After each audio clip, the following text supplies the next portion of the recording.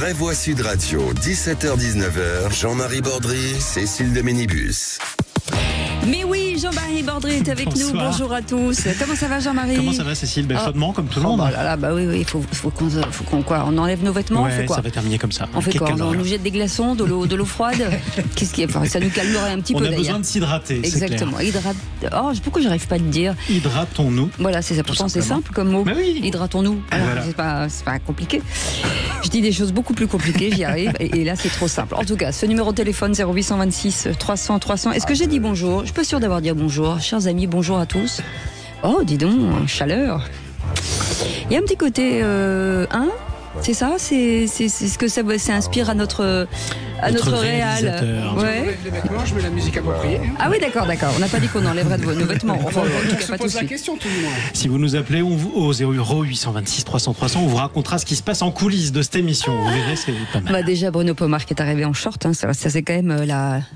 Oui, écoutez, je voulais changer un petit peu parce que je vois que mes deux amis sont habillés en costard comme les pachas là. Ah oui, alors je me suis dit, je voulais avoir le côté rural que j'ai habituellement. Il y a une élévation brutale de la température.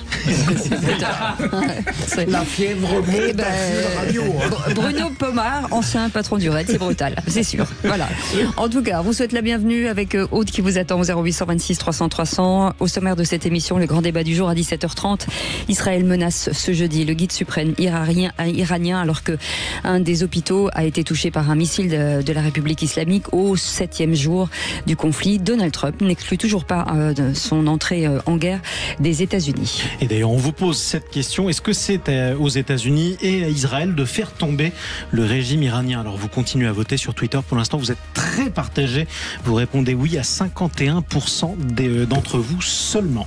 Et Stéphane Goldin sera avec nous, lieutenant-colonel de la réserve de l'armée israélienne et ex-commandant d'unité d'élite, analyste sécurité et défense de I24 News. Et puis le coup de projecteur des vraies voix à 18h30. 4000 membres des forces de l'ordre sont déployés dans les gares et les bus pour rechercher des clandestins. Ils ne sont pas les bienvenus, lance le ministre de l'Intérieur Bruno Retailleau. Attention, risque de rafale, rétorquent les associations. De rafale, pardon. Êtes-vous d'accord avec Bruno Retailleau lorsqu'il dit clandestins ne sont pas les bienvenus en France? Alors là, vous êtes beaucoup plus massivement d'accord avec lui puisque vous êtes à plus de 90% en phase avec le ministre de l'Intérieur.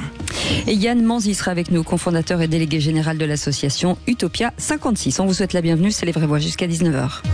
Les vraies voix Sud Radio. Et vous les avez entendus, Philippe Bilger est avec nous, président de l'Institut de la Parole et auteur, non, pas en short, de Me Too Much. Pas en short. Bienvenue Philippe. En pleine forme. Tant mieux. Pierre-Yves Martin est avec nous, consultant indépendant, bonsoir. Bonsoir. Voilà, toujours aussi bronzé, on ne sait pas pourquoi. Vous bossez parfois? Il a un rooftop. C'est ça, il a un rooftop. Bruno Pomar est avec nous, président d'Initiative Sécurité Intérieure et maire de Belleflou. Bonjour. Bonjour, je suis très heureux évidemment d'être avec vous aujourd'hui. Il fait encore plus chaud dans l'autre, j'imagine, en ce moment. Tu vois, là je suis super bien parce qu'un t-shirt, mes amis, encore une fois, sont avec de très très beaux costumes. Je pense qu'ils ont très chaud. Ils reluisent tous les deux.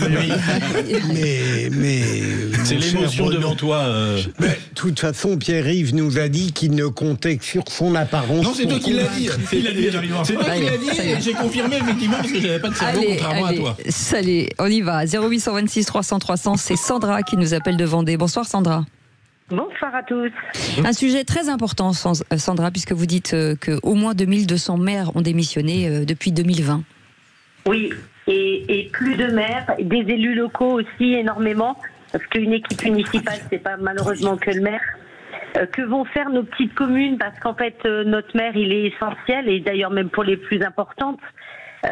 L'épuisement, gérer sa vie professionnelle, personnelle, les surcharges administratives, et puis le manque de moyens pour répondre aux besoins de la population.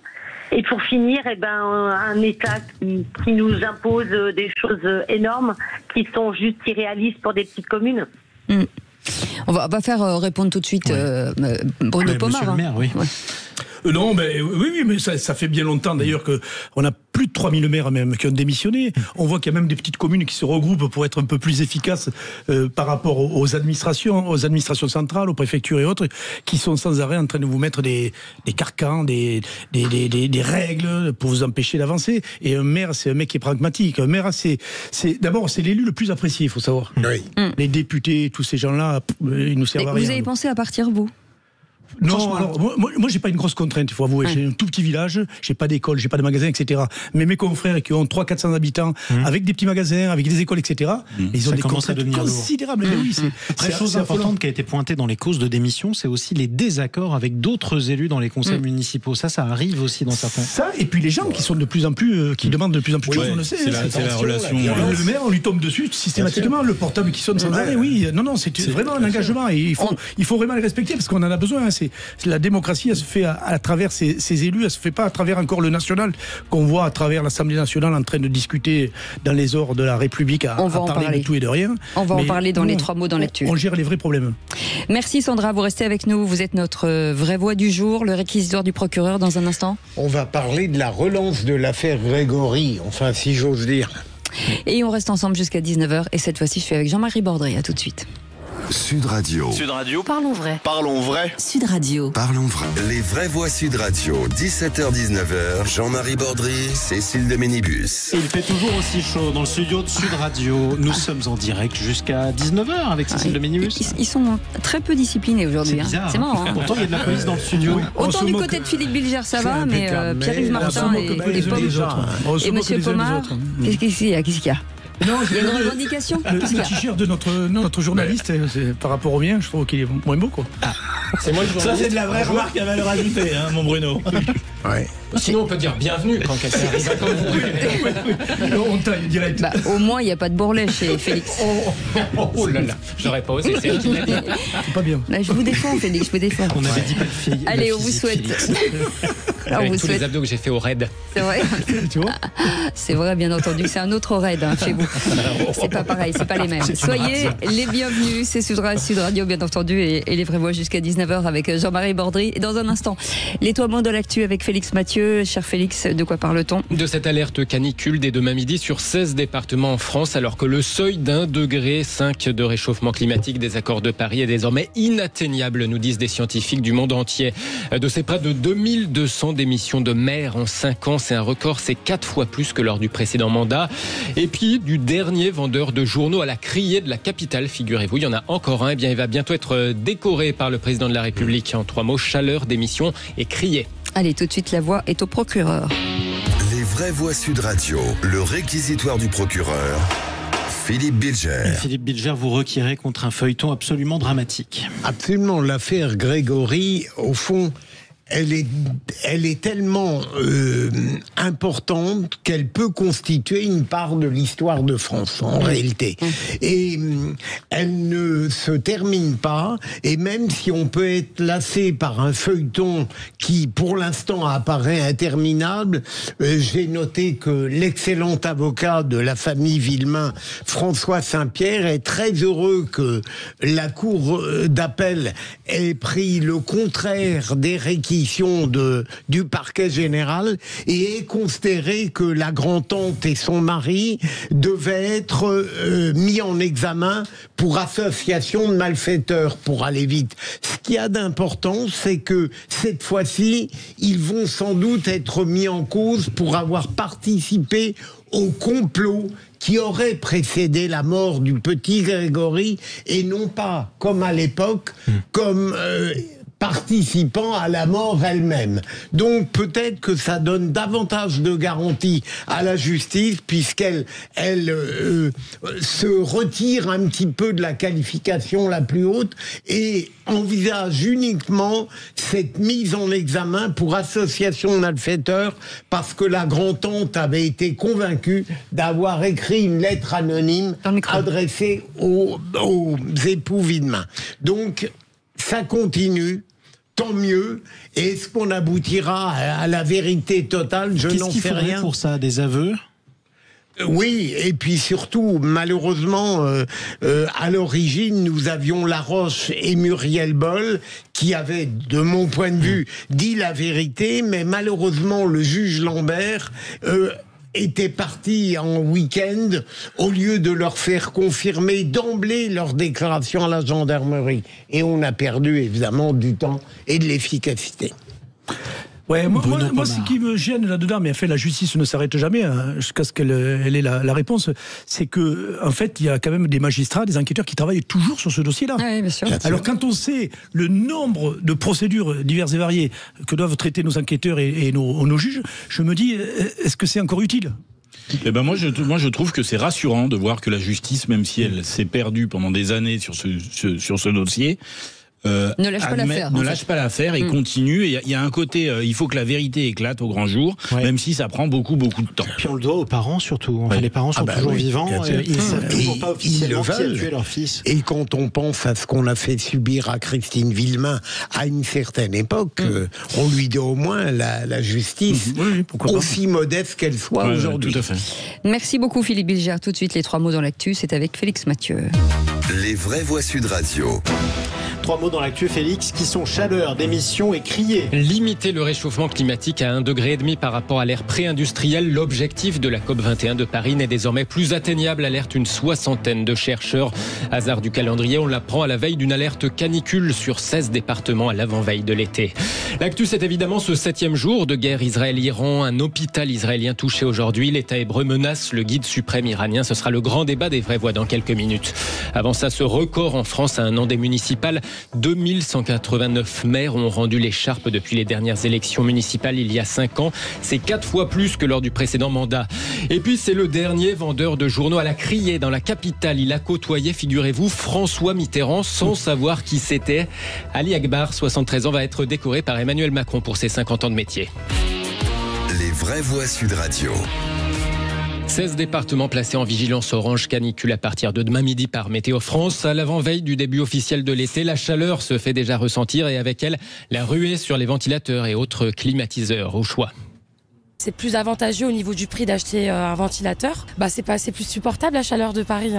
La chaleur de Paris, on la supporte à partir de maximum 25 degrés. Dès que ça dépasse, ça commence à être compliqué, plus la pollution, etc. Bien sûr, c'est pas bon pour la planète. Voilà, ça fait plaisir aussi d'être dans le frais. Donc voilà, on pense plutôt à ce côté-là. Moi personnellement, je pense plutôt à ce côté-là. Des propos recueillis par Louis de Kergorlet pour Sud Radio. Et justement, à propos de la planète, cette alerte d'une 60aine de scientifiques de référence dans une vaste étude mondiale sur le réchauffement climatique. On ne peut désormais plus atteindre l'objectif de la COP21 de Paris de 2015, à savoir limiter le réchauffement climatique à 1,5 degré par rapport à l'ère pré-industrielle. Ce seuil sera bien dépassé, annonce donc aujourd'hui ces scientifiques. Et puis le deuxième mot, démission, avec ce record du nombre de maires qui a rendu l'écharpe depuis 2020. 2189 maires ont démissionné depuis les dernières élections municipales il y a 5 ans. C'est 4 fois plus que lors de la précédente mandature, selon cette étude de l'Observatoire de la démocratie de proximité AMF Cevipof Sciences Po. Et la raison de ces démissions qui arrivent en tête dans 30% des cas, un tiers des cas, ce sont les tensions, les disputes, les désaccords au sein du conseil municipal. Voilà qui laisse forcément un peu songeur à un an des prochaines élections. Et c'est bizarre parce qu'à Belleflou, personne n'ose s'engueuler avec le maire. Je ne sais pas pourquoi. Ça fait l'unanimité lorsque je parle. C'est très bizarre. Lorsque tu mets ton flingue sur la table, je ne laisse pas parler, je ne suis pas opposant. Non, on n'est pas dans le même contexte que certaines villes, mais il y a l'arrivée de toutes ces extrêmes dans toutes ces municipalités qui créent ces problématiques aussi. Mais bien sûr, totalement. Mais vous avez une opposition, vous ? Pardon ? Vous avez une opposition à Belleflou ? Non, j'avais une liste d'opposition, mais qui n'a pas fait long feu. On a été... C'est-à-dire un soir, on a réglé ça. On l'a s'est fait sortir direct. Non, on a été élu à 99,9%. Un peu comme en Corée du Nord, quoi. Il y a Z qui est intervenu dans la liste adverse. Bizarrement. Non, c'est vrai que c'est... Non, mais tu vas venir voter, oui. Je pense que sur certaines villes, c'est un vrai problème. Et je vous dis, l'arrivée des extrêmes... Et je parle, excusez-moi de faire une fixation, mais de la France insoumise dans certains conseils municipaux, je peux vous assurer que c'est un vrai problème. Évident. Et même les gens de gauche dans les conseils municipaux me l'ont dit. C'est un vrai problème. C'est qu'on fout le bordel comme on le fait à l'Assemblée nationale. Voilà. Le troisième mot. Le troisième mot pour Félix, c'est la criée. Tiens, je vous aurais bien vu que vendre un journal à la criée. Bah oui, après tout, il faut trouver des titres, des phrases d'accroche. C'est un peu du journalisme, finalement, de vendre des journaux à la criée. Emmanuel Macron va décorer Ali Akbar pour ses 50 ans de métier. C'est le dernier vendeur de journaux, donc à la criée, dans la capitale, figure notamment du quartier de Saint-Germain-des-Prés. Il va être décoré de l'Ordre national du mérite par le président Macron.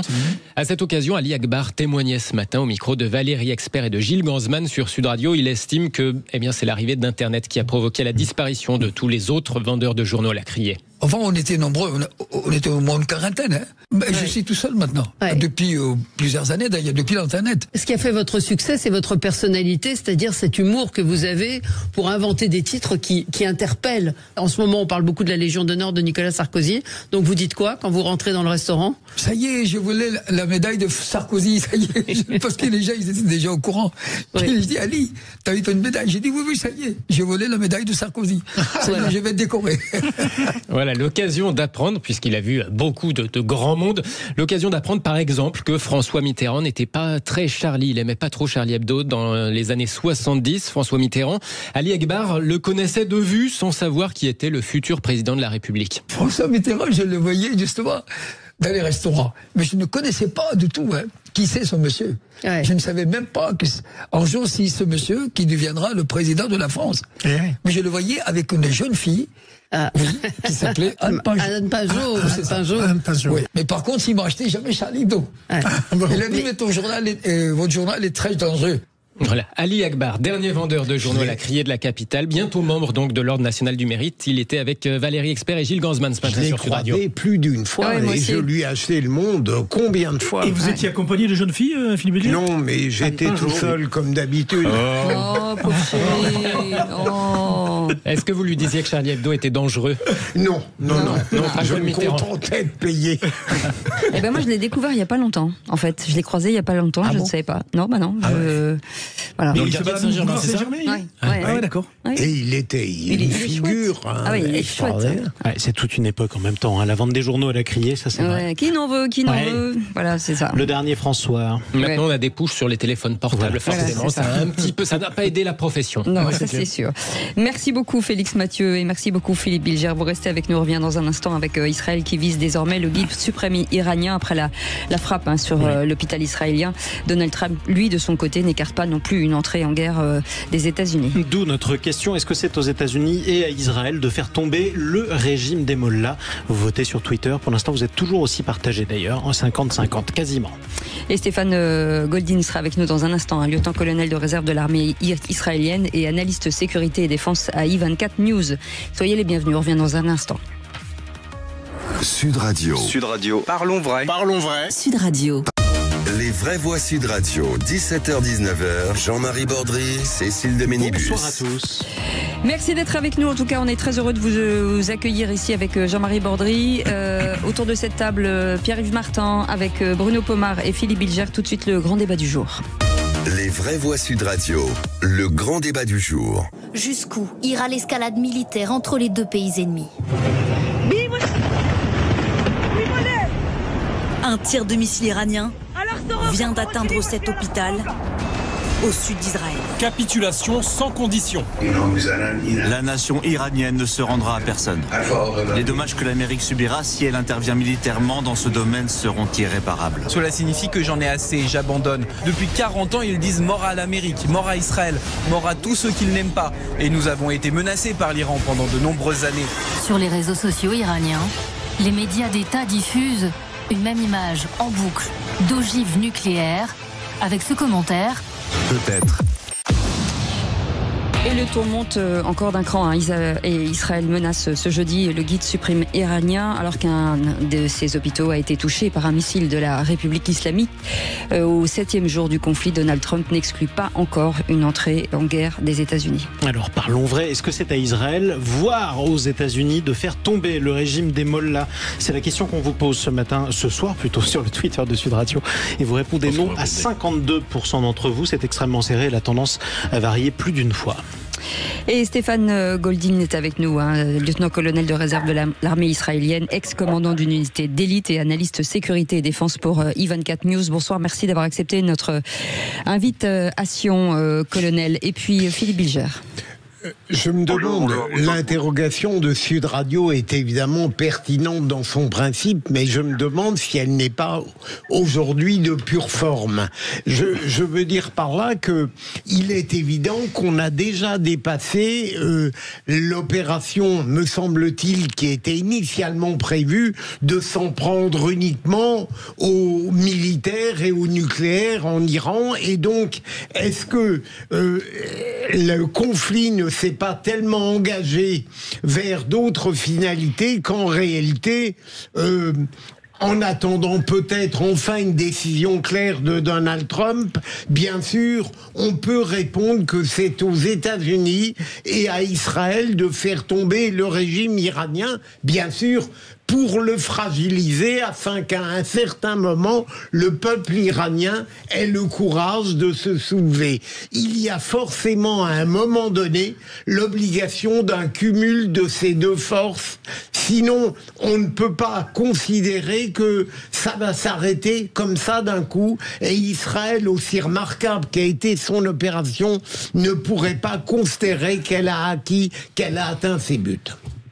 Pierre-Yves Martin. Oui, alors moi je ne suis pas du tout d'accord. Tu es content comme ça? On peut y aller? Oui, c'est une contradiction. Non, je suis pas content parce que je trouve que déjà Israël n'a pas à intervenir. Ça n'a jamais été bon, vu la sensibilité, la tension de la région. Je pense que c'est suicidaire de générer comme ça des attaques suivant les objectifs qu'on se fixe. Je pense aussi que les États-Unis ont un passé, un historique qui est pas du tout favorable dans le cadre d'une intervention. Je pense notamment à l'Afghanistan, où ils sont intervenus il y a une vingtaine d'années, voire plus, l'Irak. Et à chaque fois, ça n'a fait que raviver, augmenter les risques sur cette région.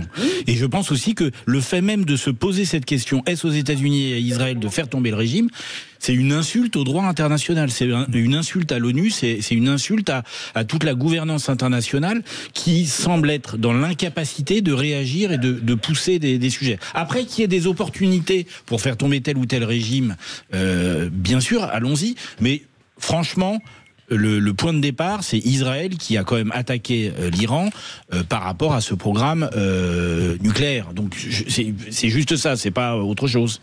En même temps, on sait que l'Iran n'aime pas Israël, on le sait, puisqu'ils soutiennent le Hezbollah et le Hamas. Donc effectivement, Israël reste sur la défensive.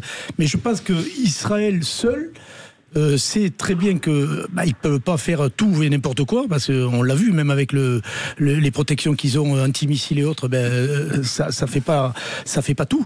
Et je pense que si Israël se permet ça, c'est parce qu'ils savent que derrière, il y a les Américains qui sont à fond derrière eux. Le problème, c'est que les Américains, ils ont peut-être oublié ou pas ce qui s'est passé en Irak. Ils ont laissé 4000 GIs, des dizaines de milliers de morts.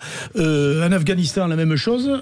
Pour les Russes, ça a été d'ailleurs la même chose. Ces grandes nations dotées de matériel militaire ultra sophistiqué ont perdu les guerres, en fait, quelque part. Donc, je pense que Trump marche sur des œufs et laisse un petit peu les Israéliens faire le sale boulot. Mais le sale boulot qui risque de nous répercuter, nous, en matière de terrorisme international, je vais beaucoup plus loin, c'est-à-dire nous rapporter toute la merde à nous, occidentaux, dans nos pays, et c'est ça qui m'inquiète le plus.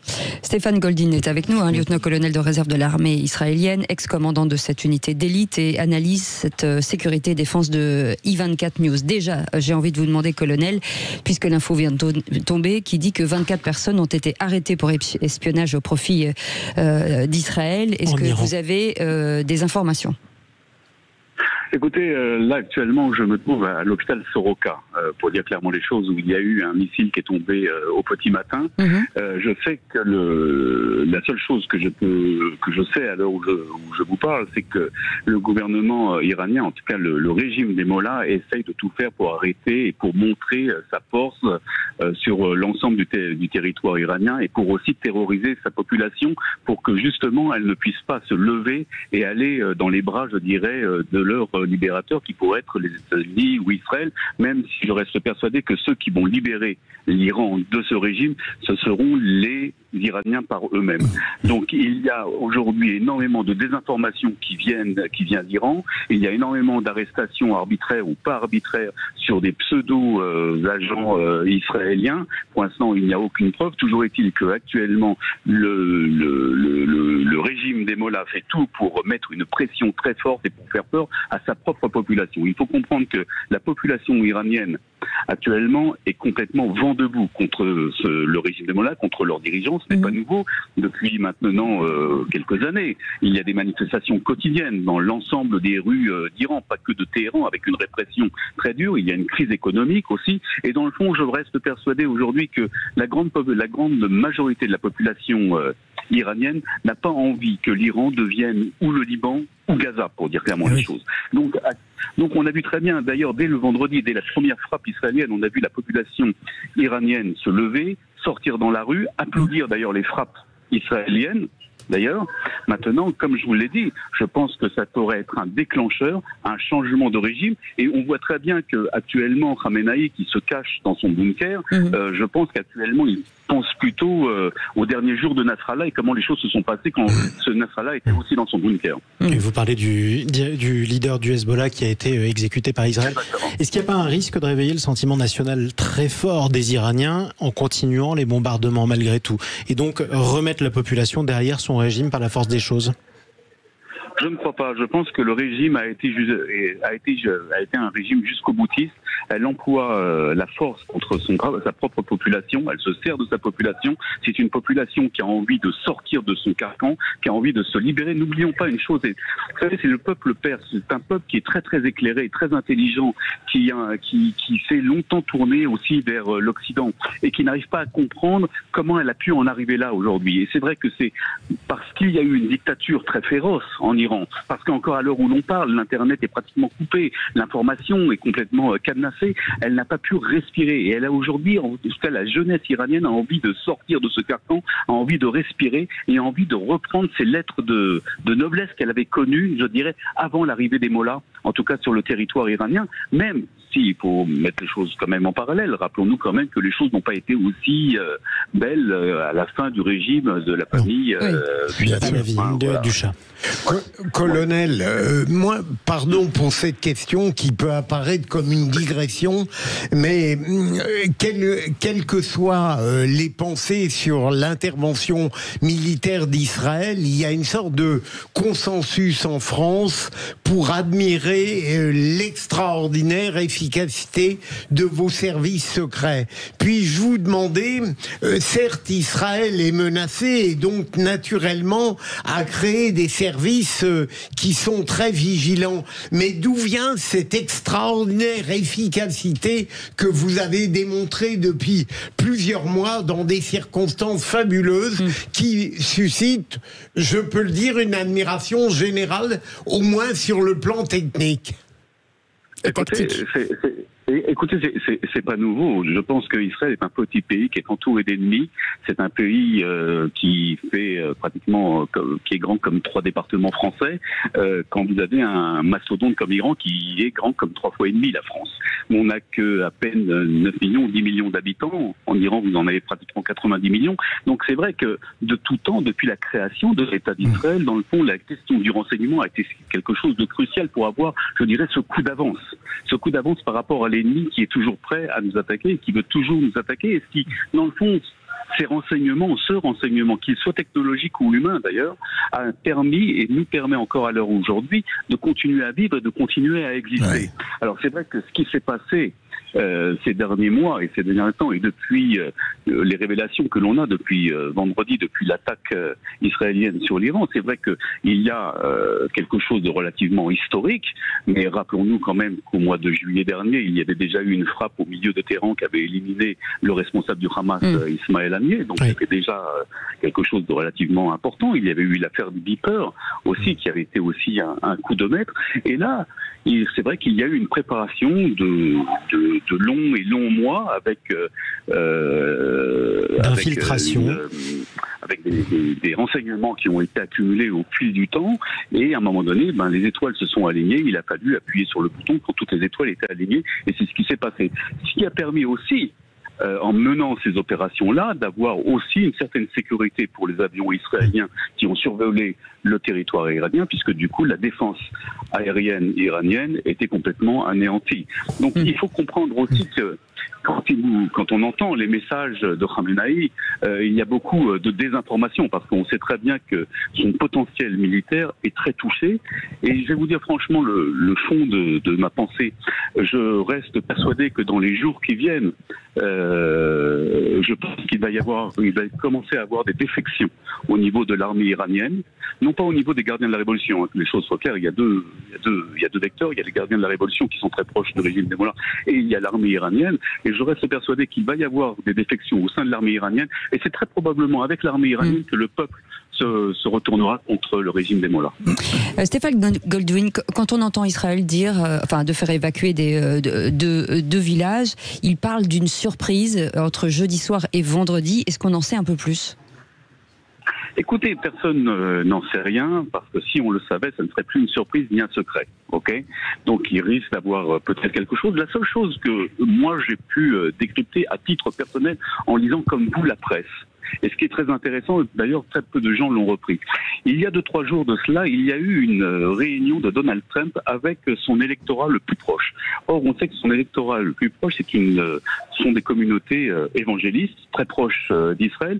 Et dans le fond, quand on regarde le changement du discours du président américain, il arrive à ce moment-là où il y a eu cette rencontre avec son électorat et plus particulièrement avec la communauté évangéliste. Alors, est-ce que cela va donner, je dirais, des ailes à Donald Trump pour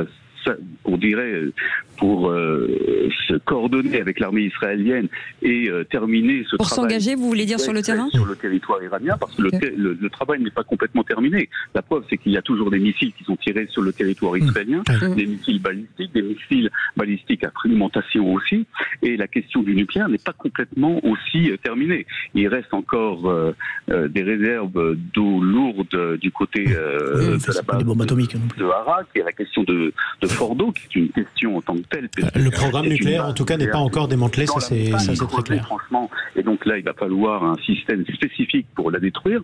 Et donc, je pense, on verra ce qui va se passer cette nuit, ou en tout cas dans les jours. Seuls les Américains, en tout cas, en ont les moyens techniques, a priori, en tout cas, possèdent les bombes qu'il faut. Pierre-Yves Martin ? Oui, moi j'avais une question sur une question purement intérieure à Israël. Est-ce que les autres forces politiques en Israël soutiennent cette démarche, et si elles ne le soutiennent pas, est-ce qu'elles ont une autre approche à proposer, à mettre en avant, n'étant pas complètement convaincues et emballées par le Premier ministre actuel ? Écoutez, c'est vrai qu'il y avait énormément de dissensions politiques sur la scène politique israélienne, même depuis, je dirais, la guerre qui avait commencé le 7 octobre à Gaza. Mais là, je peux vous dire qu'il y a une unité nationale derrière le Premier ministre, que cela soit dans l'opposition ou dans la majorité, tout le monde est derrière et le Premier ministre et l'armée israélienne et l'ensemble des forces de défense israéliennes, et je ne vois pas du tout actuellement de papier à cigarette ou de film à cigarette, je ne sais pas comment on dit exactement, entre les propos de la gauche et de la droite. Il y a franchement une velléité, une volonté d'unité nationale. Le chef de l'opposition, Yair Lapid, l'a rappelé, et un autre chef de l'opposition qui s'appelle Benny Gantz l'a aussi rappelé, et je pense qu'il y a un consensus national qui n'est pas simplement au niveau politique aussi, il est aussi au niveau de la population.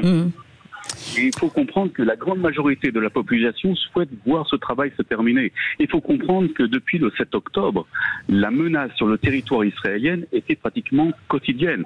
Alors elle se faisait pas via directement l'Iran, mais elle se faisait aussi via ce qu'on appelait les proxys iraniens, que ce soit les Houthis, le Hezbollah ou le Hamas. Mais la question aujourd'hui que l'on doit se poser et que je dirais l'Occident doit se poser, c'est parce qu'aujourd'hui c'est Israël, mais demain on sait très bien que la politique iranienne était aussi de vouloir menacer l'Occident, ce qu'on appelle le monde libre. Et ça, c'est une question qu'il va falloir à un moment donné que l'Occident prenne en considération. Bruno Pomar. Alors, je ne remets pas en doute évidemment le travail du Mossad, des services de renseignement sur toutes ces affaires. Si on remonte très loin, même en 72 à Munich pour les Jeux Olympiques avec Septembre Noir, le travail qui a été fait après par les services de renseignement pour neutraliser les terroristes. Mais moi, je m'interroge toujours quand même comment vous avez pu passer à côté du 7 octobre. Parce que c'est tellement énorme que ça me paraît... Écoutez, je vais vous dire quelque chose. C'est une question que chaque Israélien se pose encore à l'heure d'aujourd'hui. D'accord. Et je vais vous dire franchement, il n'y aura qu'une commission d'enquête nationale qui permettra d'éclairer les erreurs qui ont été faites par l'ensemble des différentes strates, qu'elles soient politiques jusqu'au Premier ministre, concernant le 7 octobre, parce qu'il y a eu des erreurs. Jusqu'au Premier ministre, Stéphane Goldin. Le lendemain où on commémorait les 50 ans de la guerre de Kippour, où là aussi il y avait eu des erreurs. Et jusqu'au Premier ministre, donc, Stéphane Goldin. Allô ? Les responsabilités seront explorées et examinées jusqu'à celle du Premier ministre Benyamin Netanyahou, vous pensez ? Je vous entends très mal, excusez-moi, ça s'est coupé. On a un problème de liaison manifestement. Ouais. Ça peut arriver. Merci à vous Stéphane Goldin d'être intervenu en direct de cet hôpital de Beersheva qui a été bombardé par un missile iranien au petit matin avec plusieurs dizaines de blessés. Merci d'avoir pris la parole sur Sud Radio. Sandra, vous vouliez réagir peut-être ? Est-ce que vous êtes avec... Juste un mot, parce que c'est difficile de parler après autant de choses. J'étais assez d'accord avec Monsieur Bilger au tout début, quand il disait que c'était peut-être juste de les accompagner, en tout cas, dans leur libération, parce qu'en fait, on voit bien que s'ils devaient se libérer, ils se seraient déjà libérés. C'est pas une ingérence, on n'est pas en train de parler d'un gouvernement démocratique. Non. Ah bah ça, c'est sûr que non. C'est le moins qu'on puisse le dire. Ouais. Merci beaucoup en tout cas Sandra, vous restez avec nous dans un instant, le qui c'est qui l'a dit, ça va nous détendre un petit peu. Merci en tout cas à notre invité, on fait une petite pause, on est ensemble jusqu'à 19h, à tout de suite. Sud Radio, votre attention est notre plus belle récompense. Merci de nous donner toujours la parole dans ces temps difficiles. Pour ça, Sud Radio champion. Sud Radio, parlons vrai. Les vraies voix Sud Radio, 17h-19h, Jean-Marie Bordry, Cécile de Ménibus. Bonsoir à tous chers amis, on est ensemble jusqu'à 20h, au moins sur Sud Radio, il fait toujours aussi chaud. Pourquoi au moins? Parce qu'on est bien. Vous avez des infos, c'est-à-dire qu'il faut qu'on passe la nuit ici. Prolonger. Ah bah écoutez, très bien, parce que vous proposez si gentiment. Ça me fait bien plaisir en tout cas. Aujourd'hui, autour de cette table, des gens formidables. Philippe Bilger est avec nous, Pierre-Yves Martin est avec nous, Bruno Pomar est avec nous, bien entendu, et nous avons à garder Sandra qui est avec nous. Bonsoir Sandra. Bonsoir. Est-ce que vous vous sentez de taille à affronter Philippe Bilger? Pas du tout. Qui perd à chaque fois. Mais non, t'es toujours gagnant. Parlez-nous un peu de vous, Sandra. Tiens, pour une fois. Alors, c'est pas facile de parler de soi. Allez-y. Vous savez, quand j'avais appelé et j'avais deux thèmes, et il y avait un thème qui concerne mon métier, la prime rénov'. Ouais. C'est une catastrophe, on est en train de laisser des gens sur le trottoir, ils ont engagé des achats de maisons, ils ont fait des devis, et là, d'un seul coup, au moment de déposer les dossiers et de réaliser leur rêve quand même de devenir propriétaire, ils savent pas, ils savent plus. Donc, c'est franchement catastrophique. Voilà. Vous savez quoi, on va en parler pour vous d'ailleurs, ma chère Sandra, lundi à 19h en direct. La rénovation énergétique avec Sylvain Lévy-Valency et bien sûr Cécile de Ménibus et Philippe David. Absolument, voilà, comme ça vous pourrez appeler. Ah ouais, j'écouterai, ou appeler effectivement. Et comme ça vous pourrez râler. Mais vous avez raison de râler parce que c'est pas bien. Je suis triste parce que franchement c'est compliqué. L'argent actuellement ne coule pas à flot. Vous voyez, moi j'ai des jeunes là, ils ont chacun 1 600 € par mois. Si vous les aidez pas, c'est pas possible. Ils viendront jamais propriétaires. Voilà. Ok, ben voilà, le petit coup de gueule de notre amie Sandra. Allez, on y va, on est parti ? C'est parti. Les vraies voix Sud Radio, le quiz de l'actu. Avec la première question pour vous, Sandra, ne bougez pas. Qui c'est qui l'a dit sur 2027 ? Il n'y aura pas de projet rassembleur, mais un seul mot d'ordre pour masquer nos différences, l'antifascisme. Glucksmann. Fort. Non plus.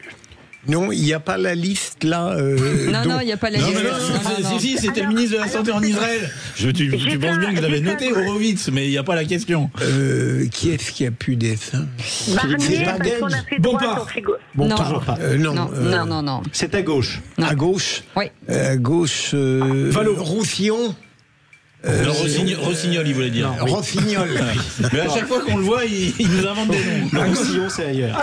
Pas Glucksmann, non. C'est pas Hollande. Ça fait longtemps qu'on l'a pas entendu. Valo, non, c'est pas Boris Valo, non Non, ça fait longtemps. Un socialiste alors? Non, pas un socialiste. De gauche. De gauche. Il était présidentiable. Et candidat à la présidentielle. Voilà. Non plus. Non plus. Mais il est Plus grand. plus grand. Ah, Montebourg. Non, plus petit. L'espèce. Un écologiste. Un écologiste. Jeannot. Top génial. Non, arrêtez. Si, il l'a dit avant, il l'a dit C'est avant. inadmissible. La police court plus vite que la justice. Il m'a payé en totale partialité. Vous entendez ça, Sandra? Vous avez vu comment la police et la justice font régner le bazar dans ce studio? Il y a un faux témoin. Attendez, Sandra, on vous écoute. Oui. Qu'est-ce que vous disiez? Non, je dis, je ne sais que dire. Je vous écoute dans un débat. Puis-je être Enflammé. Anna Cécile, puis-je être honnête? Oui. Mais écoutez, je crois que c'est lui qui l'a dit. Merci Philippe. Bah, c'est très bien, une belle très bien. première. C'est une belle. Il avoue quand même. Allez, je continue. Qui c'est qui l'a dit? On y va. C'est plus que c'était, monsieur Bilger. Allez, on se concentre un petit peu, on laisse Sandra écouter. Qui c'est qui l'a dit? Ça me fait plaisir, ça ne fait pas plaisir à grand monde de travailler plus longtemps, mais c'est un impératif. On est en train de se déclasser par rapport aux autres pays européens. Qui a pu dire ça? C'est à droite, ça. Ça, c'est à droite, oui, c'est sûr. C'est peut-être... Non, Retailleau, en ce moment, il dit beaucoup de choses, mais pas là-dessus. Non. Ce ne serait pas Bayrou? Non. Non, Barnier? Je dirais le patron du MEDEF, Martin. Bravo. Pierre Martin. Alors, c'est du haut niveau, là. C'est sa famille en même temps. C'est ça. Franchement, on fait du pléonasme. Allez, qui c'est qui l'a dit sur le niveau scolaire? Écoutez bien, un enfant de cadre en 2017 a de moins bons résultats en calcul qu'un enfant de 1987. Ah oui, c'est... Ça, c'est forcément quelqu'un de vieux, de droite. Ça va pas lui faire plaisir, Sandra. Allez-y, Philippe. Beaune. Clément Beaune. Oui. Exactement. Je suis même pas sûr qu'il ait 40 ans. Mais bon, il pense comme un vieux pour vous. On va au bas de Cassem, moi. Oui. D'ailleurs, il arrive chez vous, Sandra, parce que il a des comptes à rendre avec vous, visiblement. J'ai des choses à dire. Allez, ici. Allez, on continue là. Qui c'est qui l'a dit? La fierté française est l'antidote aux fractures du pays. Ça peut être Bardella. Non. Retailleau. Non. C'est un LR, effectivement. Un LR. Bellamy. Non. Et il est dans l'équipe de Retailleau. Il est dans les... c'est Bruno Pomar qui a gagné. Je me rappelle. Non, vous avez dit quoi? C'est Bruno Pomar. Oui, il l'a dit. Moi, j'avais dit Exactement. C'est le RAID qui l'emporte. Vous voyez, c'est comme au conseil municipal de Belleflou. C'est Quand déjà il parle, on fini. l'écoute. Déjà fini. Ah, mais une vraie culture. Bah oui, on n'avait pas beaucoup de temps. On a beaucoup parlé. Vous voulez la dernière? Allez, vous voulez la dernière, Philippe? La dernière. Qui c'est qui l'a dit sur les critiques de Trump? Ça ne m'émeut pas. Macron. Ben oui, j'allais le dire. C'est moi qui l'ai dit. Mais parce que tu m'as pas laissé le temps de dire. C'est pas grave parce que c'était à Sandra. Vous avez des problèmes de division là ou quoi? C'était à Sandra. Donc le point est pour elle. C'est Bruno Pomar qui l'emporte. C'est Bruno Pomar qui l'emporte. C'est un miracle. C'est un miracle. Ou un désastre, on ne sait pas. Vous voyez, vous avez une piètre opinion de la police, mon cher. Sandra, on est désolé, on n'a rien pu faire. De la police en culotte courte. Sandra. Ils sont terribles, Sandra. Mais Sandra, elle sentait à chaque fois de qui ça pouvait venir. Ouais, c'est vrai. Le problème, elle est comme moi, mais elle ne retrouvait pas le nom. Voilà, c'est ça. Sandra, vous auriez pu gagner. En tout cas, on était ravis de vous accueillir. Merci beaucoup en tout cas, merci de m'avoir beaucoup fait rire. Bon, on vous embrasse, prenez soin de vous. Allez, vous restez avec nous dans un instant. Le journal et la météo et on revient juste après. À tout de suite. Sud Radio. Parlons vrai. Sud Radio. Parlons. Les vraies voix Sud Radio, 17h-19h, Jean-Marie Bordry, Cécile de Ménibus.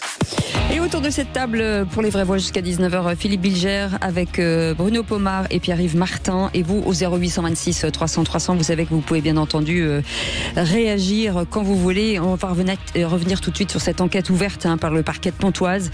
Après que Maud, une ancienne enseignante, ait reçu des menaces de mort la semaine dernière dans le collège de Lucie-Aubrac à Argenteuil. Et nous sommes avec Maxime Repère qui est avec nous, vice-président national de la SNALC, un syndicat d'enseignants. Bonsoir, merci d'être avec nous. Bonsoir. Bienvenue. Bienvenue à vous sur Sud Radio.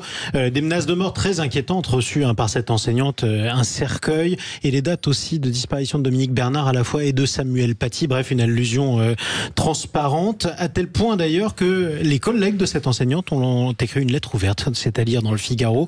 Nous sommes en danger. Est-ce que vous comprenez leur peur ? Non. Totalement. Et si vous voulez, malheureusement, parce que j'ai pu lire cette lettre qui est très forte, qui est très poignante, et malheureusement, cette lettre n'est pas simplement le reflet de ce qui se passe à Argenteuil, mais de ce qui se passe plus généralement dans la plupart des établissements scolaires sur le territoire, c'est-à-dire le développement d'une peur, d'une insécurité. On voit avec les drames malheureusement qui deviennent de plus en plus récurrents au niveau de l'éducation nationale et les perspectives et notamment les réponses des politiques ne vont pas nous apaiser ni nous rassurer malheureusement. Alors après les drames de Samuel Paty et Dominique Bernard, ils ont envoyé donc cette lettre aussi à Elisabeth Borne en disant qu'un cap est franchi. Mais le cap, il est franchi depuis bien longtemps en fait. Tout à fait. Le cap, il est franchi depuis un moment déjà. On se rend compte que chaque semaine, il se passe quelque chose au niveau de l'éducation nationale. Ce que le président Macron appelait il n'y a pas si longtemps des faits divers. Sauf que maintenant, nous ne sommes plus face à des faits divers, mais plutôt à un fait de société, un problème de société. Et le souci, si vous voulez, c'est que les politiques n'arrivent pas à répondre aux inquiétudes, n'arrivent pas à proposer de solutions.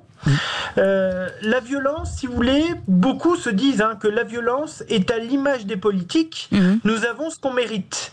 C'est dramatique de penser ça. Je vais vous lire quelques extraits quand même de cette lettre ouverte de ces professeurs, les collègues de cette professeure menacée. Je cite: « Les moqueries, la suffisance et l'indifférence des élèves nous laissent démunis. Confiance brisée, la violence, c'est partout. Ça va jusqu'au jet de mortier. Et maintenant, il faut une menace de mort pour nous faire réagir. » Philippe Bilger. Est-ce qu'à votre avis, d'ailleurs, cette peur que vous évoquez, elle n'est pas même sous-estimée dans la mesure où je pense qu'un certain nombre d'enseignants n'osent pas l'avouer. Est-ce que vous ne croyez pas que la situation, d'une certaine manière, est encore pire que ce qu'on décrit tous les jours ? Tout à fait. Il y a de plus en plus cette certitude partagée par tous que nous faisons un métier à risque et que nous constituons, au niveau de l'éducation nationale, de plus en plus une cible. On n'est pas rassuré. On a vu que il y avait eu des attaques terroristes qui ont coûté la vie à 2 de nos collègues. On a vu aussi que des élèves pouvaient en tuer d'autres ou alors tuer leur enseignante ou même une surveillante. On l'a vu avec Mélanie il n'y a pas si longtemps. Donc non, la réalité, elle est terrifiante, elle est implacable et il faut réagir. Mais ce n'est pas dans les réponses des politiques, malheureusement, que nous trouverons des réponses. Bruno Pomar. Vous trouverez une réponse aussi avec l'ensemble du corps enseignant, avec les parents, avec tout le monde, parce que, moi je veux bien entendre ce que vous dites, c'est la faute des politiques, c'est la faute des politiques. Les politiques, on voit bien qu'ils sont quand même assez limités dans les actions. Maintenant, l'éducation nationale a aussi une responsabilité. Et les parents moi, je veux aussi. dire, quand c'est ce qui s'est passé avec l'affaire Paty, où il n'était pas soutenu par sa hiérarchie, parce qu'on planque les choses souvent, comme on le fait dans l'éducation nationale. On cesse un petit peu de le faire maintenant tellement la situation est dramatique. On voit avec ce qui se passe avec les attaques au couteau, on le voit avec tout un tas de comportements qui sont totalement dérivants de la part des élèves. Mais l'éducation nationale intramuros a de vraies responsabilités dans tout ce qui se passe. Famille, éducation nationale. Après, vous pouvez rajouter les politiques si vous voulez. La police fait ce qu'elle peut, elle aussi, dans le cadre de ses missions. Mais je crois qu'il y a une vraie responsabilité collective sur tout ce qui se passe. Maxime Repère.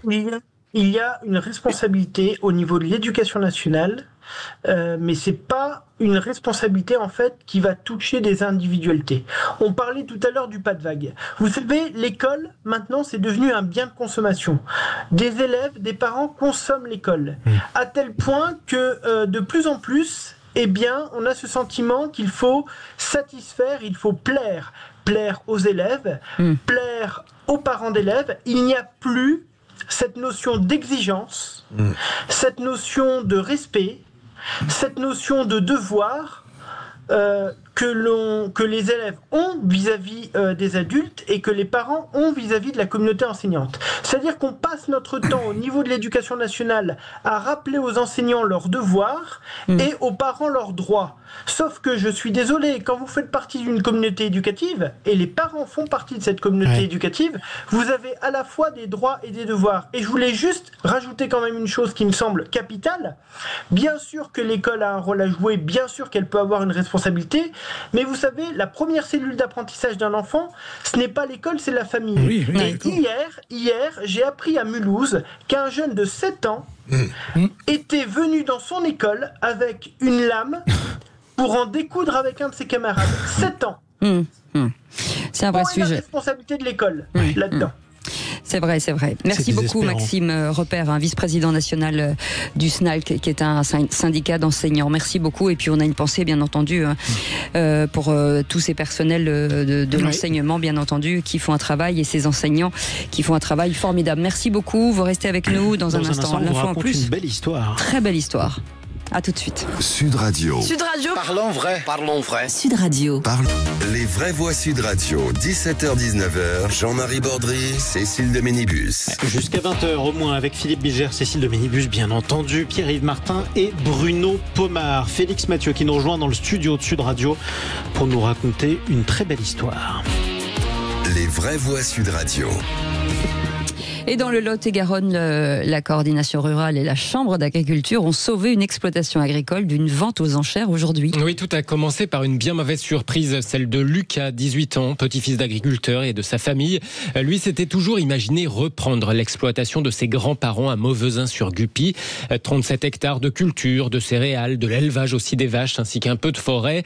Sauf que la famille a eu cette bien mauvaise surprise d'apprendre la vente aux enchères de l'exploitation. En fait, les grands-parents étaient criblés de dettes et ils n'avaient rien dit à personne en espérant s'en sortir par eux-mêmes, sauf que leurs emprunts avec de gros taux d'intérêt n'ont fait qu'aggraver la situation jusqu'à la mise en liquidation judiciaire, puis cette vente aux enchères donc qui avait lieu aujourd'hui, mise à prix 140 000 euros, mais figurez-vous que pour éviter une expulsion des grands-parents et permettre à la ferme de revenir dans la famille, au petit-fils en l'occurrence, la mobilisation agricole a joué à plein. Nous sommes en ligne avec le co-président de la coordination rurale du Lot-et-Garonne. Pour nous raconter ça, bonsoir José Pérez. Ouais, bonsoir, oui. Merci d'être avec nous dans les vraies voix sur Sud Radio. En fait, vous avez fait en sorte, tout simplement, que personne ne vienne enchérir. Elle est à qui la ferme ce soir? Racontez-nous un peu ce qui s'est passé cet après-midi.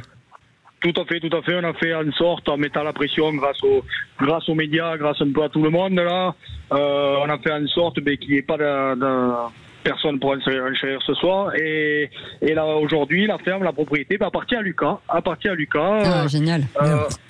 La propriété est revenue et reste à la famille.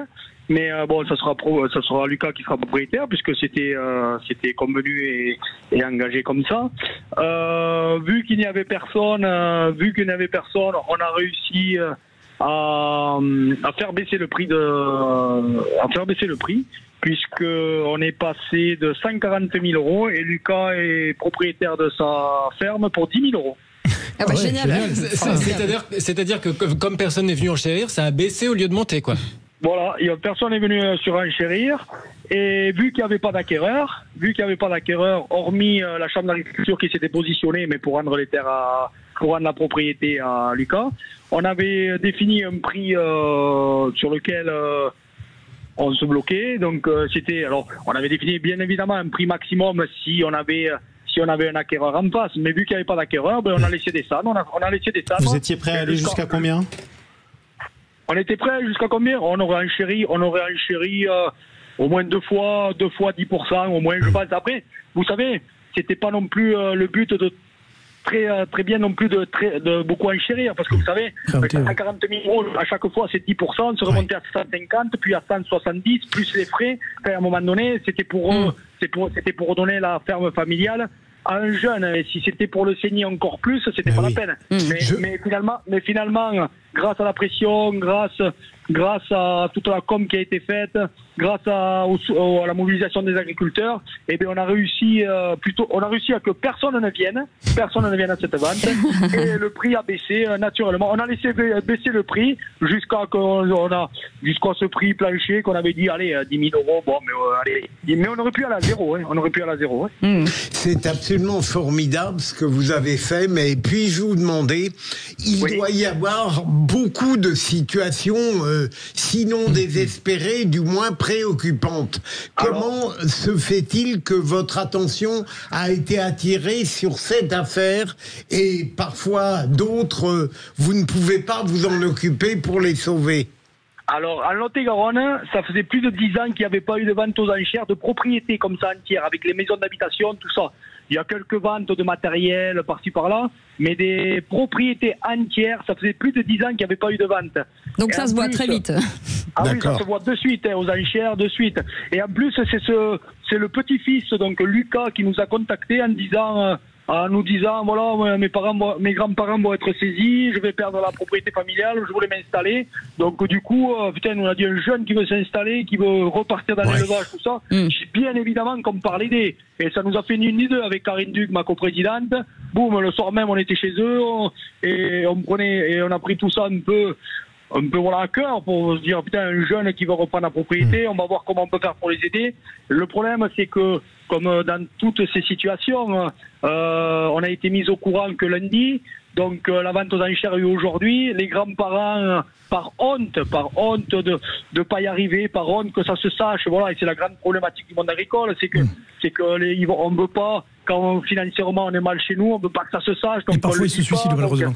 Et oui, et donc voilà, certaines disent rien et ça passe, et on arrive à des situations catastrophiques. De saisie, et d'autres, mais malheureusement, ils passent à l'acte, quoi. Ils passent à l'acte. Eh ben moi je dis bravo, parce que cette belle solidarité, c'est formidable. Hein. D'ailleurs, j'en profite pour vous signaler que demain, vous entendrez le témoignage du jeune Lucas, 18 ans, donc, dans les journaux de Laurie Leclerc et le Grand Matin Sud Radio de Jean-Jacques Bourdin. En tout cas, merci mille fois José Pérez, coprésident de la coordination rurale du Lot-et-Garonne, et vous remercierez, vous féliciterez toutes ces personnes, en tout cas, qui se sont engagées pour ce jeune garçon, et j'espère que, en tout cas, on lui souhaite une longue et belle vie pleine de succès.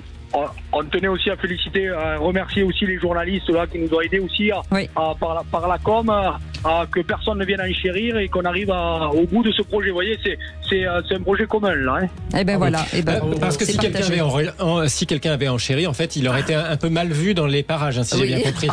Et en plus, imaginez si quelqu'un enchérit, le jour où il se serait présenté pour virer les grands-parents de la maison, vous imaginez bien qu'on aurait été là, quoi. Il y a toujours une morale dans une histoire, hein, vous savez. Oui, voilà. Merci beaucoup José Pérez d'avoir accepté notre invitation. Merci Félix Mathieu. Vous restez avec nous dans un instant. Le tour de table de l'actu des vraies voix. Philippe Bilger. La sexualité en révolution. Ah ben on retourne au CAC d'Aune. Les soldes d'été, c'est moins sexy. Et avec vous. Les propos de l'ancienne première ministre Ardenne sur les choses positives. Voilà, je vous en parlerai tout à l'heure. On n'a rien compris, mais ça a l'air génial. C'est moi, j'ai tout compris. Néo-zélandaise, oui. Sud Radio. Parlons vrai. Sud Radio.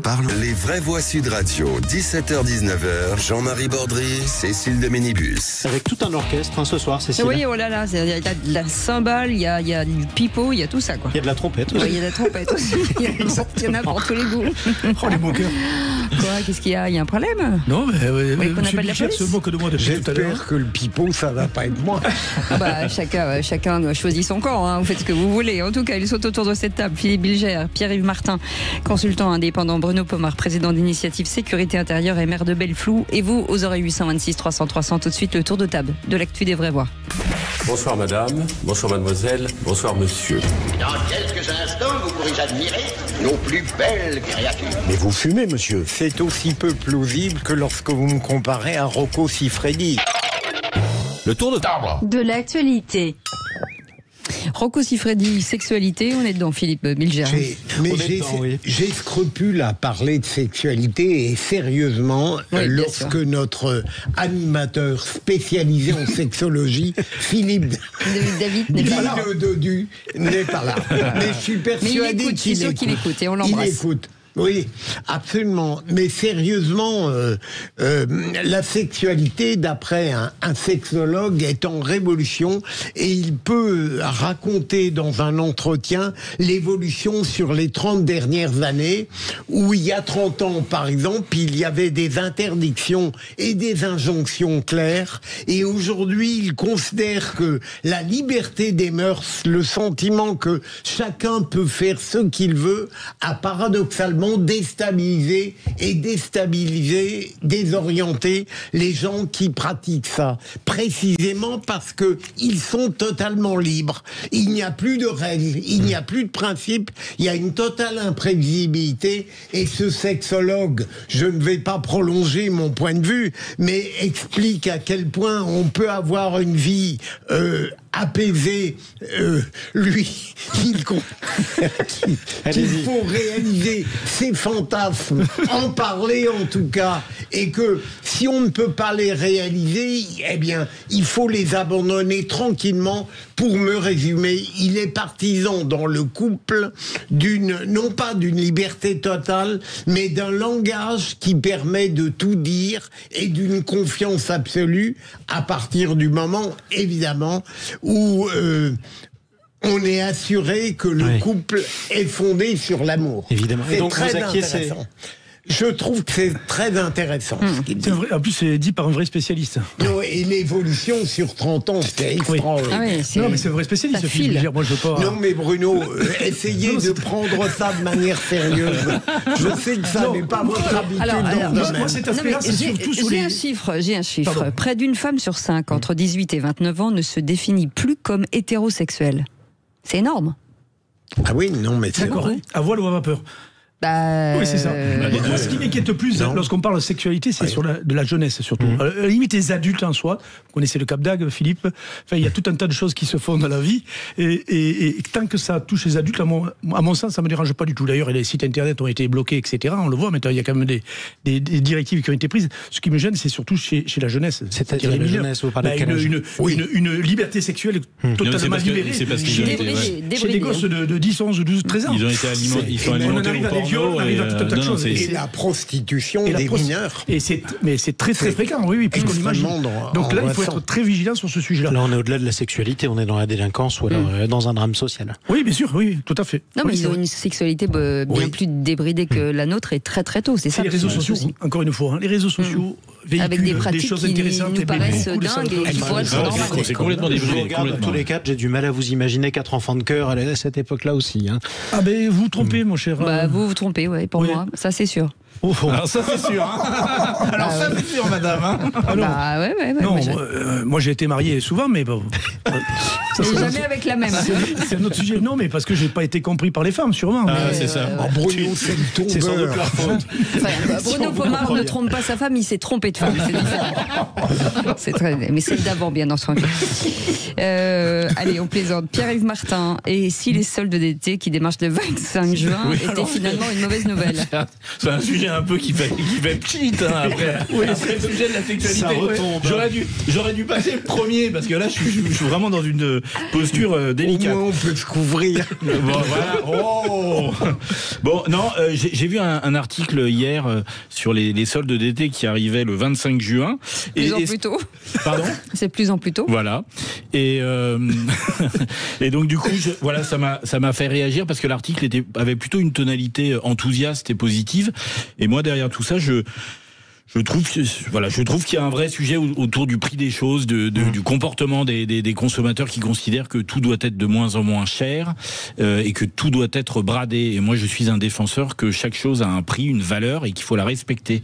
Et donc, du coup, j'ai pensé à tous ces commerçants parce que l'objectif quand même des soldes au départ, c'est d'optimiser la gestion de leur stock et de leur permettre de finaliser, de baisser leur stock avant l'exercice. Avant les soldes d'été, il y a les ventes privées. Exactement. Donc encore 15 jours, 3 semaines en avant. Et donc du coup, je me demandais et je m'inquiétais pour tous ces commerçants qui sont dans les centres-villes de France, qui essayent de faire le mieux possible leur activité, leur commerce, et de se dire, mais en fait, il y a juste un sujet de rentabilité, c'est que si on brade tout en permanence du 1er janvier au 31 décembre, on peut pas en vivre.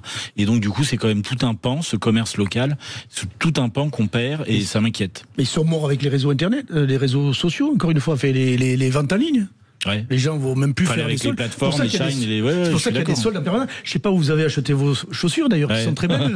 Si elles sont en solde, mais ils sont obligés de les faire, je veux dire. Non, après, si vous voulez vendre, malheureusement, il faut être au diapason. Mais tu regardes, il y a des soldes quasiment toute l'année. Mais quand on voit le fameux site internet Shein, je sais pas quoi, le truc chinois, vous achetez tout ce que vous voulez. Tout ce que vous voulez à des prix. Et à un moment donné, les petits commerçants locaux, ils sont perdus. Et ils ont beau solder, mais ils s'en sortent plus pour autant. Bruno Pomar sur les propos de Jacinda Ardern, l'ex-première ministre néo-zélandaise, qui est formidable, qui parlait tout simplement d'une chose où on met le projecteur systématiquement sur tout ce qui est violence, colère, tout ce qui ne va pas en fait. Moi je rajoute tout ce qui ne va pas. Et je disais hors antenne à Philippe Bilger tout à l'heure, c'est que c'est vrai qu'on se nourrit que de choses désastreuses dans ce monde. Alors les médias ont une responsabilité, évidemment, parce que c'est plus porteur de parler du gars qui tue quelqu'un comme ça de but en blanc que de dire qu'il y a 10 personnes qui ont été sauvées par une association parce qu'elles étaient dans la misère. C'est vrai que c'est plus glamour de parler de ça. C'est pour ça que je trouve que sa phrase est assez intéressante, et il faudrait qu'on arrive à voir nos médias également, mais nous aussi, société, en tant que citoyen, à essayer d'être plus positif et plus porteur de choses positives pour la société, parce que c'est dramatique d'entendre et de voir tout ce qu'on voit dans nos médias. Après, il faut éduquer des gens, parce que il y a beaucoup de médias qui ont décidé de faire des infos positives et ça ne fonctionne pas. Oui, mais alors pourquoi on continue pas mais je pense qu'on a quand même une responsabilité individuelle qui est de se dire, média ou pas média, le matin quand je me lève et quand je prends ma douche, je décide d'avoir déjà une estime de moi-même et donc du coup un message positif avec moi-même, et donc du coup de me dire, je vais engager, pardon. Vous vous dites quoi? Il se trouve beau. Que je suis beau déjà. Ah, d'accord, ok. Non, mais de se dire, mince, on a la vie est belle. Enfin, on a quand même de la chance d'essayer d'avoir des éléments positifs de ce qu'on vit, et donc du coup, si vous avez ce premier message positif avec vous-même, il y a de fortes chances pour que tout au long de la journée, vous bénéficiez de relations plus positives et moins agressives. D'avoir de la chance dans sa journée aussi, parce que les mauvaises journées, ça arrive. On peut dire que vous avez raison, Pierre-Yves. Le bonheur appelle le bonheur. Le bonheur est un volontarisme. Ouais, je crois. En tout cas, vu notre époque, il faut que ça le soit. Allez, chers amis, on va se retrouver dans quelques instants. Place au coup de projecteur des vraies voix à suivre. C'est très sérieux, ça se passe en ce moment et depuis hier. Une opération qui se veut spectaculaire, lancée par le ministre de l'Intérieur Bruno Retailleau. 4000 membres des forces de l'ordre mobilisés dans les gares, aussi à la frontière, pour procéder à des contrôles d'identité. Objectif, arrêter des clandestins. Ces clandestins qui ne sont plus les bienvenus en France. C'est ce que dit, en tout cas, Bruno Retailleau. Question, êtes-vous d'accord ou pas avec le ministre de l'Intérieur? On fait un point sur la tendance dans quelques instants et on en débat avec notre invité Yann Manzi, qui nous rejoint dans quelques instants. À tout de suite. Sud Radio, votre attention est notre plus belle récompense. Merci de nous donner toujours la parole dans ces temps difficiles. Pour ça, Sud Radio champion. Sud Radio, parlons vrai. Les vraies voix Sud Radio, 17h-19h, Jean-Marie Bordry, Cécile de Ménibus. Soyez les bienvenus autour de cette table. Philippe Bilger est avec nous, Pierre-Yves Martin et Bruno Pomar. Tout de suite, le coup de projecteur des vraies voix. Les vraies voix Sud Radio, le coup de projecteur des vraies voix. 3 priorités. La première, rétablir l'ordre. La deuxième, rétablir l'ordre. La troisième, rétablir l'ordre. Là, c'est avec les gares. Dans ces 48 heures, on va mobiliser des gendarmes, des policiers, des douaniers, des forces sentinelles pour interpeller des clandestins. Il faut être absolument intransigeant. C'est la tolérance zéro. Très clairement. Ce que je veux dire, c'est que les clandestins ne sont pas les bienvenus en France. Et 4000 membres des forces de l'ordre sont donc déployés dans les gares et dans les bus pour rechercher des clandestins. Ils ne sont pas les bienvenus en France, vous l'avez entendu, a dit Bruno Retailleau. Attention, risque de rafle, rétorquent les associations. Et avec nous pour en parler, Yann Manzi est avec nous, cofondateur et délégué général de l'association Utopia 56. Bonsoir, merci d'avoir accepté notre invitation avec notre question du jour. Jean-Marie. Est-ce que vous êtes d'accord avec le ministre de l'Intérieur, Bruno Retailleau, quand il dit que les clandestins ne sont pas les bienvenus? Vous répondez oui à plus de 90% d'entre vous. Soyez le bienvenu, Yann Manzi. Une opération, on disait, Philippe Bilger, de plusieurs milliers de membres des forces de l'ordre dans les gares et dans les frontières et à nos frontières. Une opération qui se veut spectaculaire. Est-ce que c'est utile ? J'espère que cette opération ne se réduira pas à la gare du Nord et que, en réalité, ça ne représentera pas un coup d'éclat.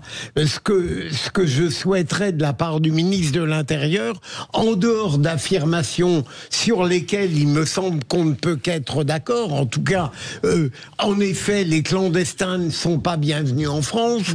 De la même manière, je pourrais dire que les délinquants étrangers, que tous ceux qui ne respectent pas nos lois, ensuite interpellés amicalement par les chroniqueurs face à moi, c'est vrai qu'ils m'ont obligé à me pencher sur le futur de ces gens-là. Objectivement, je ne sais pas dans le détail ce qu'on va faire de tous ces clandestins qui ne sont pas les bienvenus en France. Quel est le processus qui va être mis en œuvre? En tout cas, je suis persuadé que le ministre va faire tout ce qu'il peut avec la loi dont il dispose. Alors plus tard, on verra. Pierre-Yves Martin. Oui, ce que je dis à chaque fois, Philippe, déjà merci d'avoir exprimé publiquement le fait que Bruno et moi, on t'ait un petit peu permis de mûrir ce sujet d'actualité. Et donc du coup, de la part de Bruno et de moi, il y a une certaine fierté qui se dégage. Trêve de plaisanterie, quand le ministre dit les clandestins ne sont pas les bienvenus en France. Ouais. Enfin, c'est évident. Enfin, il y a un moment, faut arrêter avec ces accroches de communication. Les voleurs ne sont pas les bienvenus, les méchants ne sont pas les bienvenus. La gauche ne l'admet pas. Je trouve ça très futile et ça me fait penser là quand on reprenait ce message d'investiture du ministère de l'Intérieur, 3 actions, remettre de l'ordre, voilà. Ça c'était Gabriel Attal. Non, c'était Bruno Retailleau. Non, c'était Bruno Retailleau. Mais ça m'a fait penser à, vous savez, cet homme que vous adorez aussi là, Gérald Darmanin. Gérald Darmanin. Eh ben Gérald Darmanin, qu'est-ce qu'il a dit? Il a dit quand il est arrivé à Beauvau, il a dit: moi, les dealers, ils vont plus dormir avec moi. En fait, je pense qu'ils dorment très très bien, quoi. Il a fait ce qu'il a pu. Bruno Pomar. Il y a quand même cette accroche un peu. Bruno Pomar. Il y a un phénomène général à prendre en compte. Je regardais les chiffres, situation irrégulière, 147 000 interpellations en 2024, un bond de 20% par rapport à 2022-2023. C'est considérable. Si on fait le total des OQTF, mineurs isolés, moi je connais ça parce que je suis élu et je vois ce qui se passe dans mon département. Tous ces gens, des sans-papiers, qui pour certains travaillent d'ailleurs, là aussi il ne faut pas l'oublier. On fait un amalgame de tout, et là, moi je veux bien que le ministre de l'Intérieur fasse cette opération, mais pour arriver à quoi ? Quasiment à rien, parce qu'on va mettre une certaine partie de ces individus en centre de rétention administrative pendant 90 jours, bientôt 210 jours. Les associations qui sont censées et qui font avec beaucoup de cœur dire venez chez nous, il n'y a pas de souci, on va s'occuper de vous, mais on les retrouve sur le bord des comment on appelle ça, des rivières et de tout ce qu'on peut imaginer sous des tentes quechua. Les gens ils ne sont pas accompagnés. Donc tout ça c'est à mon sens une foutaise totale, parce que encore une fois chacun ne fait pas son job. Si on le faisait de façon déterminée, c'est-à-dire les OQTF, on les renvoie et on le fait effectivement. Là, visiblement, ça marche pas. Il y a 15 000 OQTF tous les ans. Excusez-moi, j'ai cassé tout le matériel. Tellement je suis en colère. Vous voyez ce que je veux dire? Moi, il y a une responsabilité. Je crois qu'il y a un responsable associatif qui est là. Oui. Des associations aussi. On va lui laisser la parole déjà. Qui, à mon sens, font pas le job. Parce que quand je vois les gens qu'on dit on va accueillir en France et on les voit crever attention à la caméra, Bruno, sous les tentes quechua, je suis scandalisé. Donc vous voyez, il y a un ensemble de choses à prendre en considération, en plus de l'action que mène Retailleau, qui me fait bouillir. Il y a du boulot à faire. Il y a tout à faire. C'est sûr. Yann Manzi, vous êtes avec nous depuis le début, vous avez écouté religieusement nos 3 vraies voix, et évidemment vous avez un certain nombre de choses à leur répondre, vous qui représentez l'association Utopia 56. Bonsoir, oui, je vais répondre. Et pour répondre déjà, on n'est pas, nous, associatifs, à dire à des gens de venir en France, pour reprendre un petit peu ce qui est dit, et la sémantique qu'on a sur toutes les associations qui peuvent apporter l'aide aux personnes qui sont sur les trottoirs de nos villes ou dans la mer, dire que c'est nous qui leur disons de venir. Je sais pas d'où ça sort. Bon, ça fait partie de la communication pour pouvoir taper les aidants. Donc j'entends. Vous pouvez dire ce que vous voulez sur les plateaux de ce que vous voulez. Par contre, la réalité, c'est que nous, on est simplement des citoyens. Des citoyens qui, à un moment donné, on voit ce qui se passe sur les trottoirs de nos villes. On voit aussi toutes ces politiques menées depuis 40 ans qui nous ont emmenés à ça. Et qui c'est qui a gouverné pendant ces 40 ans? Qui c'est qui a fait toutes ces lois qui ont permis de mettre tous ces gens aujourd'hui sur le trottoir? Donc, à qui la responsabilité? Moi, je suis pas là pour débattre de ça. Moi, je suis venu parler. Depuis des années, elle est multiple. C'est sûr que. Voilà, donc je pense que chacun peut en prendre pour son grade, parce que je pense que tous, on en est là aujourd'hui avec des gens qui sont autour de ce plateau et qui ont aussi des couleurs politiques, qui ont été aux manettes. Donc on est tous responsables de ce qui se passe. Maintenant, moi, ce que je dis, c'est nos valeurs. Je me rappelle de quand on a créé l'association Utopia il y a 10 ans. C'était sur la jungle de Calais, et je me rappelle un grand média titrait « Ici se jouent les valeurs de l'Europe ». Voilà, c'est tout. Et maintenant, c'est qu'est-ce qu'on veut comme société? On voit ce qui se passe en Amérique. On veut ça. Allons-y, si c'est ça que les concitoyens veulent. N'oublions pas qu'au travers de tout ça, c'est les droits humains. C'est ni plus ni moins que des femmes, des hommes, des enfants. C'est pas des migrants, c'est des femmes, c'est des individus qui, pour une partie d'entre eux, n'ont même plus la possibilité d'avoir l'asile. Parce que nous, justement, vous avez voté pendant ces 30 années, poussé par le Front National derrière, pour faire justement que ces lois arrivent et nous mettre dans la situation dans laquelle on est pour qu'on conserve ces gens en bouc émissaire. Ce qui se passe, c'est grave et dramatique. Il y va de notre conception des valeurs sur lesquelles nous avons été élevés, liberté, égalité, fraternité. Je dis pas qu'il faut ouvrir le restaurant à tout le monde, c'est pas ça. Par contre, on est 450 millions d'Européens. On a accueilli 6,5 millions d'Ukrainiens sans cligner d'un œil en donnant l'autorisation à ces gens de travailler. En France, on a fabriqué des sans-papiers depuis des années et aujourd'hui, on les jette à la vindicte populaire. Yann C'est Manzi. un choix de société. Pardon, c'est un choix de société. Je vous coupe. qu'est-ce que vous pouvez vous proposer? Parce que c'est intéressant d'avoir puisque vous êtes sur le terrain. Qu'est-ce qu'on peut proposer? Ce qu'on peut proposer, c'est déjà, imaginer qu'on parle en France depuis des années, et je peux vous assurer que je connais bien le sujet. Parce que ça fait des années que je me bagarre aussi contre la réalité des discours et de la vérité historique de ce qu'on aurait pu vivre à une certaine époque, de la grande France et de la glorieuse. Et aujourd'hui, quand j'entends certains partis reconquête, vouloir reconquérir nos colonies et avoir la grandeur de la France d'une certaine époque, tous les pays du monde sont en train de jouer à ça, la France aussi. Qu'est-ce qu'on est en train de faire? Qui veut reconquérir les colonies, Yann Manzi? On est 450 millions d'Européens. Il y arrive au plus fort de la crise migratoire en 2016, 1 700 000 personnes sur le territoire européen. Donc pendant qu'on parle de la migration, on ne parle pas de la réalité des problèmes. Et c'est ça, en fait, les boucs émissaires. Hier, c'était les Juifs, les Arabes. Bon, voilà où on en est, en fait. Je ne crois pas que... Mais vous avez un discours humaniste classique, et moi, je suis frappé, au contraire, par le fait que l'État, la force de l'État, la volonté de demeurer, je dirais, dans une sorte de tranquillité publique, est complètement battu en brèche. Regardez, à partir du moment où quelqu'un entre sur le territoire national, eh bien, on peut pratiquement dire qu'il ne peut plus en sortir, même s'il est indésirable chez nous. Oui. Et donc, je n'ai pas l'impression que votre discours il est moral, mais il ne correspond pas à la réalité qu'on vit. Yann Manzi? Mais qu'on n'ait pas aujourd'hui les accords pour pouvoir renvoyer les indésirables, comme vous les appelez. Et que ça bloque au niveau administratif. Et on le voit que certains, comme vous les dites, les délinquants, qu'on essaye de renvoyer, on ne peut pas le faire. Par contre, n'oublions pas une chose. C'est 98% des personnes que vous situez dans justement tous ces sans-papiers, tous ces gens. Combien de pourcentage réellement font des conneries? Donc là, on est en train de parler d'une masse, alors qu'en fait, on parle d'une minorité de gens sur les centaines de milliers de personnes qui sont illégalement sur le territoire depuis des années et qui travaillent, comme vous le dites, ce sont les esclaves modernes, les sans-droits, ce qu'on appelle les sans-droits. C'est des gens à qui on a retiré le droit d'être ici. Par contre, on n'a pas retiré le droit de travailler.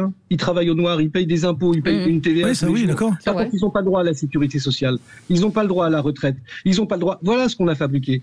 Donc, ce que je peux vous dire, c'est que, en fait, l'Europe, demain, l'Europe vieillissante, a besoin de toutes ces populations. Moi, je vois la migration comme quelque chose de positif. Aujourd'hui, pour se servir de cet outil de la migration pour en faire un paravent, pour ne pas parler de la réalité des problèmes qui sont devant nous, on en fait en fait un bouc émissaire. Mais la réalité, c'est que tous ces gens, regardez l'Espagne, regardez l'Italie qui régularise, regardez même Monsieur Donald Trump qui dit on va en renvoyer tous les Mexicains. Tous les patrons lui disent renvoie-en un petit peu, fais de la bonne communication, mais pas trop s'il te plaît, sinon tout s'écroule. Quand est-ce qu'on arrête de mentir et quand est-ce qu'on porte un autre discours? Et surtout, quand est-ce qu'on partage nos richesses avec ceux? Parce que tant qu'on continuera à piquer dans leur frigo, il ne faudra pas s'étonner qu'ils viennent manger chez nous. Attendez, moi je suis maire d'un petit village dans l'Aude et je prends l'exemple même des mineurs isolés. Vous savez qu'un mineur isolé coûte très cher à la France, entre 25 et 30 000 euros par an. Mineur isolé. Ou mineur isolé à 30 ans aussi. Bon, cher monsieur, moi j'entends qu'on a besoin d'une certaine immigration qui vienne travailler, qui travaille, qui paie des impôts, etc. et qu'il faut régulariser. Je suis d'accord avec vous. Mais j'ai l'impression que les associations, vous faites un amalgame de tout, de façon à justifier un petit peu ceux qui viennent et qui n'ont rien à foutre sur notre territoire. Parce que, je vais vous dire, moi, dans les campagnes, etc., les gens qui n'ont pas de pognon pour vivre, qui sont de bons franchouillards, excusez-moi de le dire, je vais passer peut-être pour un facho en disant ça d'ailleurs, mais qui n'ont rien pour vivre. Et quand on voit les mineurs isolés, ce que nous coûte un mineur isolé par jour, mais c'est un scandale total, moi je vous le dis, comme je le pense. Par contre, je suis pour une immigration, quand on dit choisie, une immigration qui rapporte à notre pays, qui déclare ses impôts et qu'il faut aider, qu'il faut régulariser, ça je suis d'accord avec vous. Mais il y a quand même une partie d'individus dans notre pays qui n'ont rien à faire sur notre territoire. Et certaines associations ont quand même facilité à vouloir les accueillir. Vous le savez, les ONG font ce travail. Yann Manzi.